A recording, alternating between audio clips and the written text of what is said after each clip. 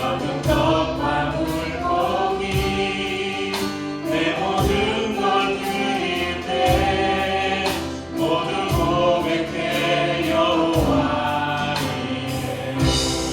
우리 모인 곳에 주님이 함께 계십니다. 모인 이곳에 주님 함께 계시네. 우리네 아버지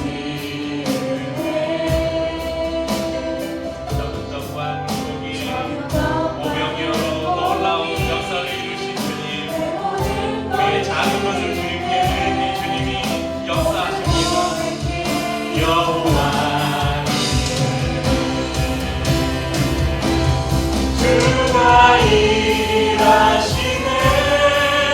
주가 일하시네. 주께 아끼지 않는 자에게 주가 일하시네.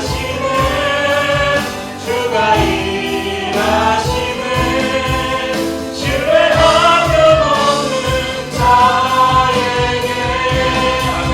주님이 일하십니다. 주가 일하시네. 그분을 신뢰하며 그분께 우리의 모든 것을 부르는 두 사람에게 아끼지 않는 자에게 주가 일하시네. 주가 일하시네. 신뢰하며 없는 다시 한번 믿음으로 하나님 우리의 삶에 주님 일하여 주옵소서. 주가 일하시네. 주가 일하시네. 아낌없이 드리는 자에게 아끼지 않는 자에게 주가 일하시네.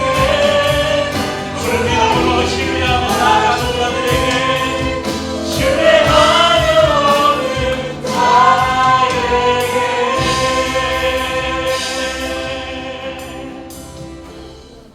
오늘은 구약 속에 감춰진 비밀, 구약 속에 그리스도께서 어떻게 숨겨져 있는가, 우리가 그 비밀들을 찾아가는 네 번째 시간으로 창세기 22장에 나오는 한 사건을 우리가 살피려고 하는데, 잘 알고 있는 사건입니다. 교회를 그래도 2, 3년 이상 다니신 분이라면 이 사건 정도는 다 아는, 아브라함이 이삭을 하나님께 제물로 바치려고 했다. 이 사건은 모리아산의 제사, 잘 알고 있는 사건입니다.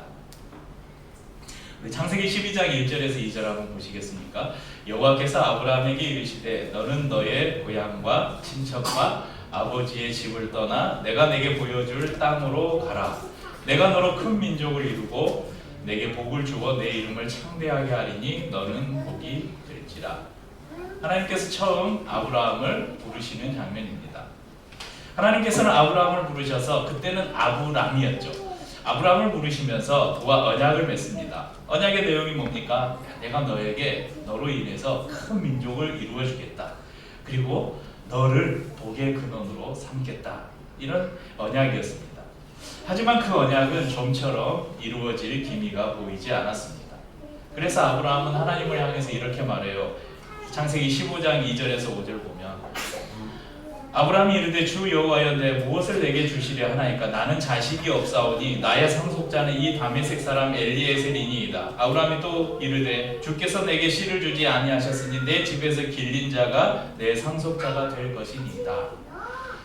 그러니까 하나님께서 나를 통해서 큰 민족을 이루겠다, 그렇게 약속하셨는데 큰 민족은커녕 자식 하나 없는 거예요. 하나님 저를 통해서 무슨 민족을 이루겠다고 하십니까? 제 집에 있는 제 종인 엘리에셀이 있는데 이 사람을 제 후계자로 그러니까 양자로 삼아서 제가 이 가문을 이루어야 되겠습니다. 이렇게 말하는 것입니다. 하지만 하나님은 다시 한번 약속하십니다. 이어지는 말씀입니다. 창세기 15장 4절에서 5절에 보면 여호와의 말씀이 그에게 임하여 이르시되 그 사람, 그러니까 엘리에셀이 내 상속자가 아니다. 네 몸에서 날 그러니까 너의 자식이 너의 상속자가 될 것이다 하시고 그를 이끌고 밖으로 나가 이르되 한 번 더 언약을 하시는 거예요. 자, 하늘 봐라. 별 한번 세어봐. 별 하나, 별 둘, 별 셋, 별 넷. 못 세겠는데요? 못 세겠지? 너의 자녀들도 그와 같을 것이다. 네가 셀 수 없을 만큼 너의 후손을 너에게 주겠다. 이렇게 다시 한번 약속을 하십니다. 하지만 그 약속도 너무나 더뎠습니다. 결국 아브라함은 인간적인 방법을 쓰죠. 당시 사라의 종인 하가를 취해서 이스마엘이라는 아들을 낳습니다. 이스마엘이 지금도 중동에 이렇게 전쟁을 하고 있는 이스라엘과 이란이 이렇게 전쟁을 하잖아요. 그 이삭의 후손과 이스마엘의 후손이 지금도 그렇게 원수가 돼서 전쟁을 하고 있는 거예요. 하지만 하나님께서는 말씀하셔요. 이스마엘은 약속의 자녀가 아니다. 심지어 지난 시간에 말씀드린 것처럼 지난 시간에 아브라함을 아브라함으로 이렇게 이름을 바꿔주셨잖아요. 그러니까 한 가문의 아버지에서 열국의 아버지, 열방의 아버지라는 이름으로 바꿔주셨어요. 사라도 원래 이름은 사레였어요. 근데 열국의 어머니라는 사라로 이름을 바꿔주십니다. 이름까지 이렇게 바꿔주시면서 약속을 하셨는데 그 약속이 이루어지지 않아요. 그 약속은 더뎠지만 하나님의 때가 되어서 그 약속이 드디어 성취가 됩니다. 언제? 아브라함이 100세, 사라는 90세가 되었을 때 그들에게 첫 아이가 약속의 자녀가 태어납니다. 한번 생각해 보십시오. 얼마나 오랜 기다림이었겠습니까? 창세기 12장 4절에 보면 하나님께서 아브라함을 부르셔서 아브라함이 하란을 떠날 때 갈대 우리에서 나와서 하란에 잠시 머물렀습니다. 그 하란에서 떠날 때 아브라함의 나이가 75세였어요. 그러니까 그 하란에서 가나안에 정착하고 지금 첫 아이를 낳을 때가 100세였습니다. 그러니까 25년을 기다린 거예요. 하나님이 자식을 통해서 가문을 이루겠다고, 큰 민족을 이루겠다고 하셨는데 이제 자식 하나 낳은 거예요. 그게 몇 년 걸렸다고요? 25년 걸렸어요. 하지만 얼마나 기쁨이 컸겠습니까? 제가 왜 이렇게 지금 오늘 말씀을 이야기하고 있어도 이런 이야기를 하냐면 아브라함이 이삭을 얻은 그 기쁨이 얼마나 컸을까를 일단 공감을 하고 오늘 설교를 우리가 들어야 돼요. 그래서 아브라함이 자기가 낳은 아브라함과 사라가 같이 낳은 이 자녀의 이름을 뭐라고 짓습니까? 이삭이라고 짓죠. 이삭의 이름의 뜻이 웃음이에요. 그러니까 이삭이 태어나면서 모든 사람이 웃었어요. 아브라함과 사라뿐만 아니라. 그들에게 이 아이는 기쁨이었습니다. 웃음이었습니다. 이삭을 얻은 기쁨도 잠시 아브라함에게 청천벽력과 같은 음성이 들립니다. 아브라함에게 있어서 이 이삭이 어떤 존재인지를 방금 충분히 설명을 드렸죠. 아마 아브라함이 이삭을 얼마나 소중하게 생각했을지 여러분도 충분히 공감을 하실 겁니다. 그렇게 오랜 기다림 끝에 얻은 이 이삭을 하나님께서 어느 날 나타나시더니 그 이삭을 하나님께 번제로 드려라 이렇게 명령하신 것입니다. 우리는 이 창세기 22장에 나오는 이 모리아산 사건을 이렇게 이야기하면서 대부분 그래요. 야, 아브라함의 믿음은 참 대단하다. 어떻게 저런 믿음을 가질 수 있을까? 야, 그래, 아브라함이 진짜 믿음의 조상답다. 이렇게 감탄합니다. 히브리서 기자도 그것을 증명해 주죠. 성경 속에 믿음으로 살았던 수많은 사람들을 열거하면서 아브라함을 빼놓지 않습니다. 히브리서 11장 17절에 아브라함은 시험을 받을 때에 믿음으로 이삭을 드렸으니 그는 약속들을 받은 자로되 그 외아들을 드렸느니라. 100세에 얻은 독자를 번제로 바치라는 하나님의 명령 앞에 아무런 반항이나 원망도 없이 명령을 받은 다음날 아침 일찍 묵묵히 아들을 데리고 모리아 산으로 올라갔던 아브라함의 모습을 보면서 야, 우리는 믿음이라는 건 저런 거지, 순종이라는 건 저런 거지, 이렇게 도전을 받습니다. 그런데 아브라함도 아브라함인데 또 다른 이해할 수 없는 한 사람이 있어요. 누구입니까? 이삭이에요. 이삭. 100세가 넘는 아버지를, 지금 이삭의 나이는 아마 청소년기, 어떤 뭐 요세푸스 그 역사가는 20세 정도가 됐을 거다, 어떤 때는 뭐 10 몇 살 정도가 됐을 나이다, 그렇게 이야기합니다. 그러니까 아마도 아브라함은 100세에 얻었고 이삭을 얻었고, 예를 들어서 이삭이 한 15, 세연아 몇 살이지? 15살. 그러니까 예를 들어서 세연이 나이 정도 됐어요. 근데 세연아 아빠가 지금 115살이야. 100세에 얻었으니까 15년 지났으니까 115살이야. 아브라함이 죽은 나이가 175세인가? 그때 죽었어요. 그러니까 이미 100세가 넘으면 노인이잖아요. 그러니까 아빠가 할아버지야. 100발의 할아버지야. 힘도 없어. 이렇게 다녀. 근데 아빠가 너를 막 먹으려고 해. 너 아빠 뿌리치고 도망갈 수 있겠어, 없겠어? 아니, 지금 아빠 말고 아빠가 100살이라고 115세라고 생각을 해야지. 충분히 자기 아버지를 뿌리치고 도망갈 수 있는 힘과 키와 그런 나이가 된 거예요. 그런데 아브라함의 순종, 아브라함의 믿음도 대단한데 이삭의 믿음과 순종도 그에 못지 않았다는 것입니다.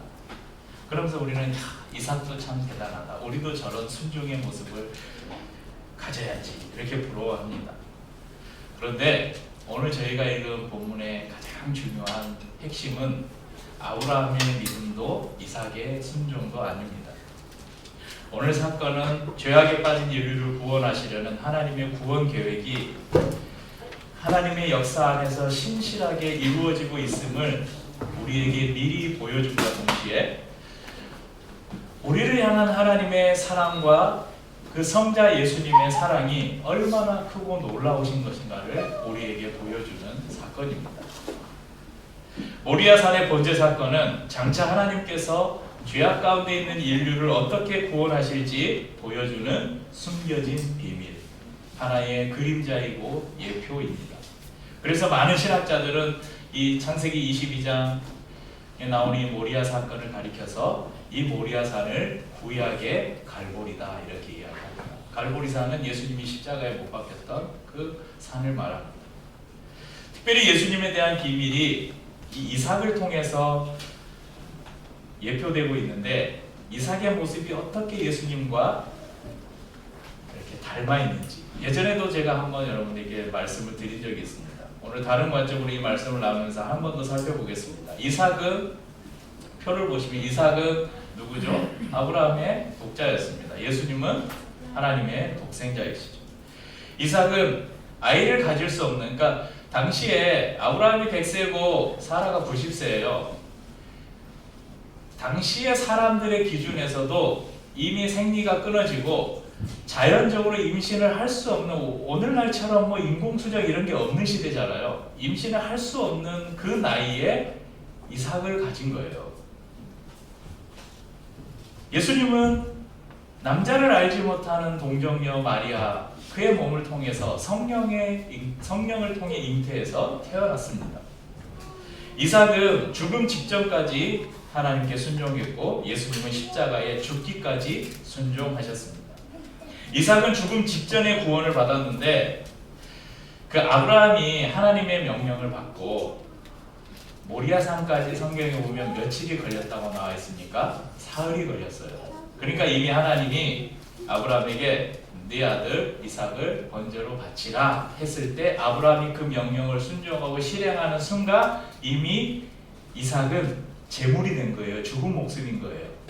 그런데 이 이삭이 모리아산에서 사흘 걸려서 모리아산에 가서 제사로 드릴 때 이삭이 다시 살아나요. 죽이지 않자. 하나님이 멈춰라. 이삭이 생명을 구하잖아요. 예수님께서 십자가에서 죽으시고 며칠 만에 부활하셨습니까? 사흘 만에 부활하셨습니다. 아브라함은 자신에게 있는 모든 소유를 이삭에게 물려주었습니다. 아브라함의 유일한 상속자가 되었습니다. 예수님은 하나님의 보좌 우편에서 하늘과 땅의 모든 권세를 가진 하나님의 보좌 우편에 계신 분이 되셨습니다. 이처럼 이삭을 통해서 우리에게 예수 그리스도가 어떤 분이신가를 아주 거울처럼 우리에게 보여줍니다. 특별히 오늘 저희가 읽은 창세기 22장 7절 말씀을 한번 보시면 이삭이 그 아버지 아브라함에게 말하 이르되 내 아버지 하니 그가 이르되 내 아들아 내가 여기 있노라. 이삭이 이르되 불과 나무는 있거니와 번제할 어린 양은 어디 있나이까. 아버지, 번제했을 나무도 있고 불도 오늘날처럼 여러분 모리아산에 가서 라이터 켜가지고 이렇게 불 붙이기 아니에요. 돋보기로 이렇게 해가지고 막 불 붙인 게 아니에요. 어떻게 했겠어요? 나무를 들고 불을 집에서부터 붙여가지고 횃불을 들고 간 거예요. 이 불을 3일 동안 꺼트리면 안 되는 거예요. 불도 가지고 나무도 가지고 가는데 정작 중요한 양은 어디 있습니까? 재물은 어디 있습니까? 묻습니다. 이 아브라함이 대답하죠. 8절 22장 8절을 한번 같이 읽을까요?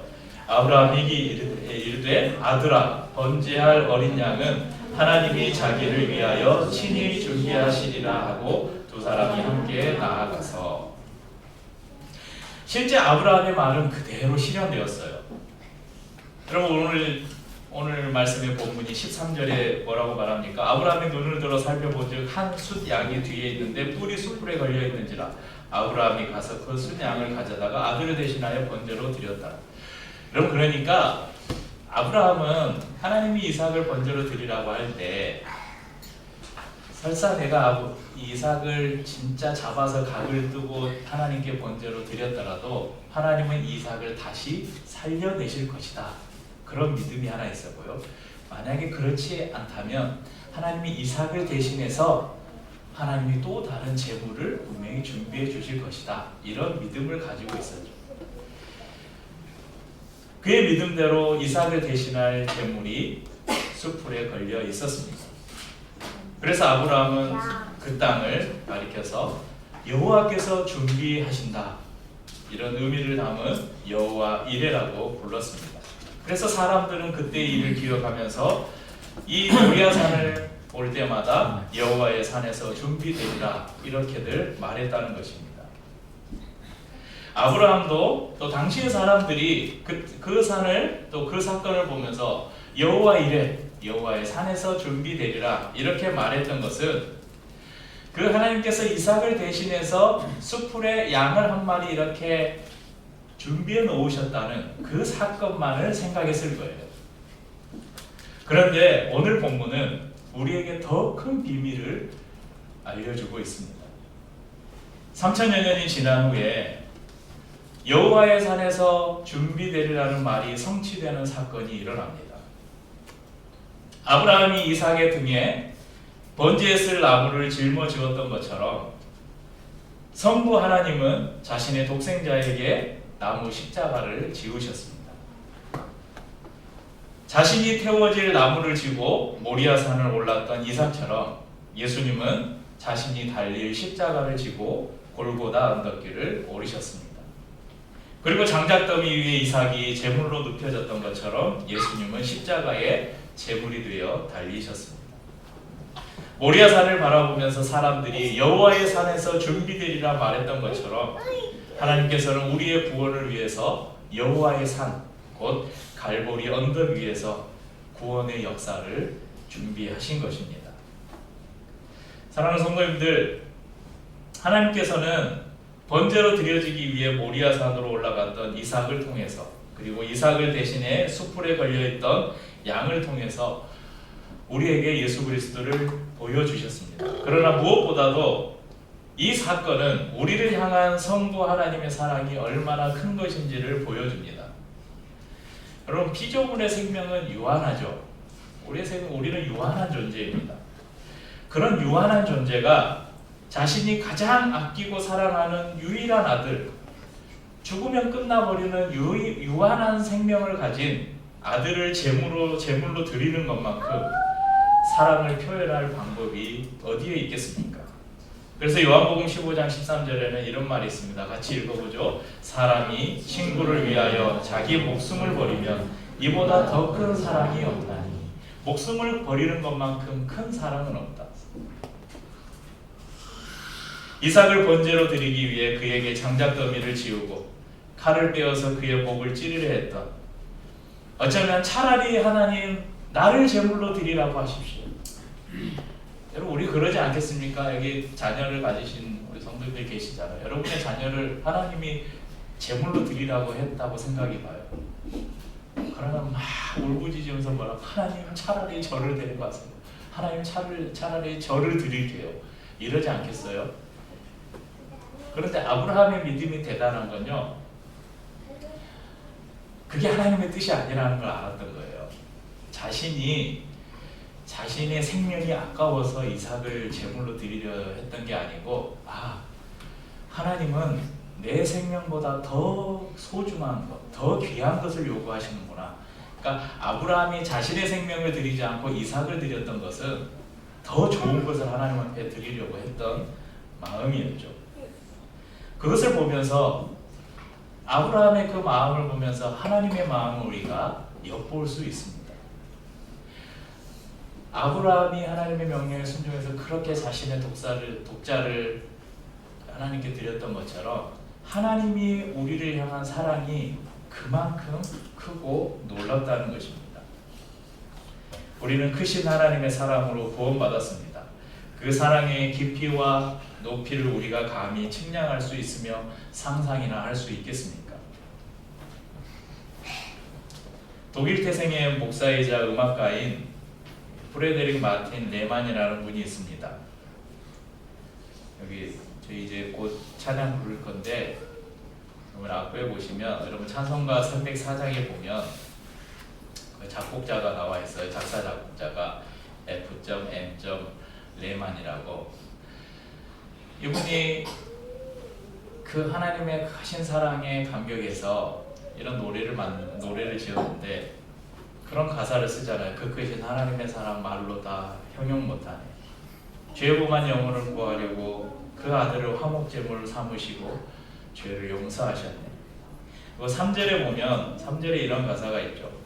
제가 조금 설명을 하면, 3절은 원래 이제 유대인의 시가 있는데, 그 아내가, 이분의 아내가 도시락에다가 그 도시락을 싸주면서 그 유대인의 시를 이렇게 써서 넣어줬대요. 그래서 그 시를 보고 이분이 영감을 받아서 이 3절 가사를 썼는데, 하늘을 양피지, 하늘을 종이로 삼고 바닷물을 잉크로 삼아서 하나님의 사랑을 내가 기록한다고 해도 그 사랑을 다 기록할 수 있겠냐?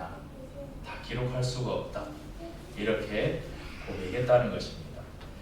하나님의 구속의 계획은 한치의 오차도 없습니다. 그분은 실수하지도 않습니다. 오래전 예언된 구원의 계획이 성취된 것을 보면서, 여러분 이 모리아 산에서 일어났던 한 사건, 아브라함이 그의 독자 이삭을 바쳤던 이 사건이 3000년 후에 갈보리에서 성취가 되잖아요. 하나님이 예언하신 것, 이것이 성취되는 사건을 보면서 우리는 먼저는 하나님이 우리를 위해서 그렇게 구원의 계획을 세우시고 그 구원의 계획을 이루셨구나, 우리에 향한 하나님의 사랑이 정말 크고 놀랍구나, 이런 은혜를 하나 누리고요. 또 하나는 하나님은 항상 준비하시는 하나님이시구나. 하나님께서 이삭을 대신해서 숫불의 양을 준비하셨던 여호와 이레의 하나님이 우리의 삶에서 먼저 앞서 행하시면서 우리의 삶에 필요한 것들을 다 준비해 주시는 여호와 이레의 하나님이시구나. 그러면서 우리가 살아가는 삶에서 여호와 이레의 하나님을 우리가 신뢰하면서 또 살아갈 수 있겠죠. 그런데 저는 이 말씀에서 우리에게 가장 큰 은혜는 뭐냐면, 하나님이 이렇게 놀랍게 구원의 계획을 이루어 놓으신 그 하나님이 우리에게도 약속을 주셨잖아요. 이 예수가 모든 사람들이 보는 그 가운데 영광 중에 다시 오셔서 너희를 하나님의 나라로 인도하실 것이다. 하나님의 나라가 이 땅에 임하고 우리 모두를 하나님의 나라로 인도할 것이다. 이런 약속을 우리에게 주셨잖아요. 그러니까 성경이 약속하고 그 약속이 이루어지는 사건은 우리에게 그래 사건이 이루어졌고 이렇게 구원을 이루었구나, 할렐루야 감사합니다, 이것으로 끝나는 게 아니라, 그렇다면 우리에게도 아직 이루어지지 않은 예언된 약속이 있잖아요. 우리에게 하나님이 주신 언약이 있잖아요. 그 언약이 당연히 성취될 것이라는 것을 우리가 믿을 수 있다는 것입니다. 창세전부터 저와 여러분을 향한 하나님의 사랑이 얼마나 크고 놀라운지를 기억하고 그 사랑의 힘으로 고난과 역경도 이겨내고 그 사랑의 힘으로 사랑할 수 없는 사람들을 용서하고 사랑하고 또 그 사랑의 힘으로 그 사랑을 전하며 사시길 축복합니다. 여러분에게 주신 하나님의 언약이 반드시 성취될 것을 신뢰하면서 하나님의 나라를 소망하며 사시는 저와 여러분들의 수 있기를 축복합니다. 그 사랑을 생각하면서 함께 찬양하고 우리 성찬을 나누겠습니다.